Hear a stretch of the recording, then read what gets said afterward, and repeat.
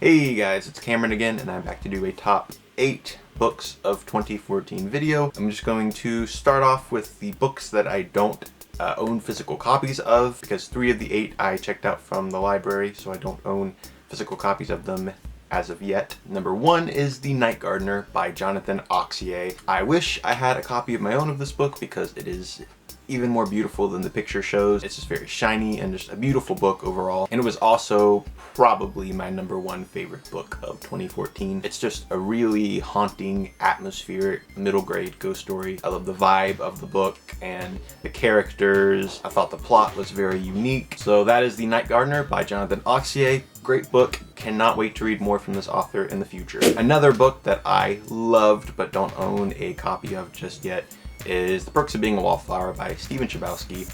This book was amazing. It was so well written and made me really care for the characters, especially Charlie. Poor kid. While the book is kind of happy, it's also a little depressing. It's kind of bittersweet.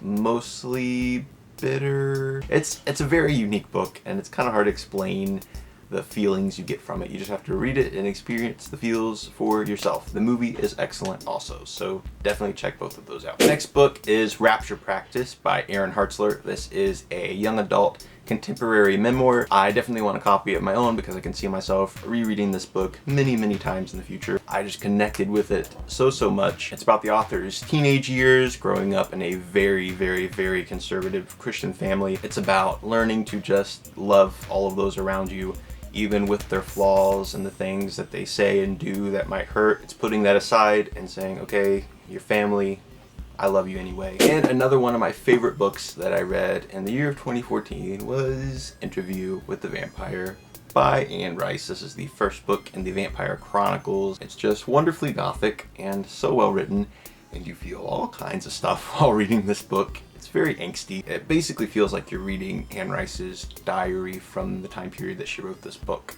It's very personal to her. Interview with the Vampire, classic. If you haven't read it, just do it. The next one isn't really a single book, it's a series of books, and that is the Bailey School Kids Adventure series. Yes, these are young reader chapter books, but my goodness, they take me back to the good old days of when kids' books were, I don't know, they just had a lot of charm. There are 4 characters in the book series, and it just kind of follows them and their adventures at their school. Each book is kind of focused around a different teacher or a janitor or a counselor at a summer camp, and these books just kind of play off the imagination of those kids and show some of the things they can come up with, like they think their teacher is a vampire. The best thing about these books is that you never know if maybe the teacher really is a vampire or not, because there are some things that happen, weird things that imply that it's probably pretty true. This teacher right here, creepy as heck. Still not as scary as my 4th grade teacher, but definitely creepy. Next up is Dash and Lily's Book of Dares by David Levithan and Rachel Kahn. This is a contemporary book that takes place at Christmas time. Obviously, I read it at Christmas time,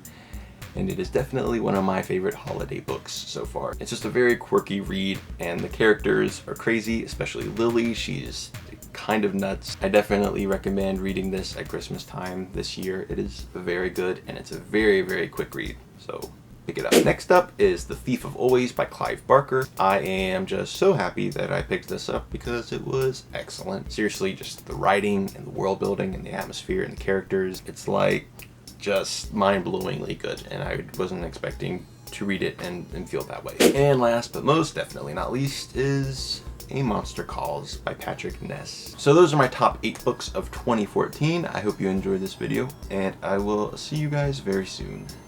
Goodbye. First up, we have a Christmas haul. These are books. There are 34 total, so 4 of them were gifts. The rest were ones that I went out and purchased on my own. Anyway, I'll just start off with the books that I got as Christmas gifts.